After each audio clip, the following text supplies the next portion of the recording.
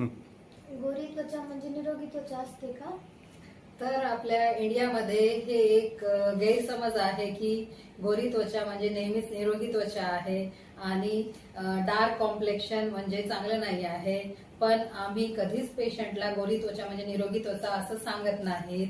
त्यापेक्षा आपली त्वचा हेल्दी पाहिजे आणि ग्लो पाहिजे. आपल्या त्वचेचा रंग कसा आहे हे आपल्या हातात नाही. जन्मतः आपल्याला कोणता रंग मिळणार आहे हे खूप साऱ्या गोष्टीवर अवलंबून आहे. आपले पेरेंट्सचा रंग कसा आहे त्याच्यावर अवलंबून असते.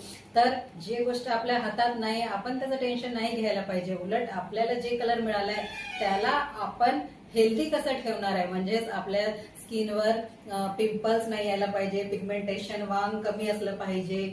असं हे सगळं प्रिकॉशन कसं घ्यायचं आणि स्किनवर रिंकल्स नाही व्हायला अँटी एजिंग आपण कसं त्याला ठेवायला पाहिजे, हायड्रेटेड कसं ठेवायला पाहिजे या गोष्टी शिकून घ्यायला पाहिजे. म्हणजेच मॉइश्चरायझरचा भरपूर वापर करायला पाहिजे.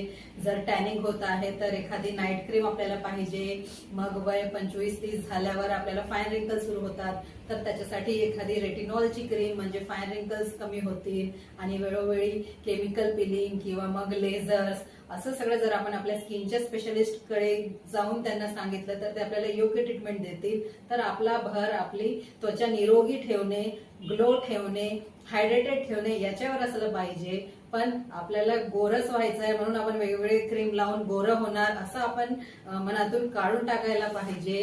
काळी त्वचा सुद्धा छान म्हणजेच ग्लो करणारी आणि निरोगी असू शकते.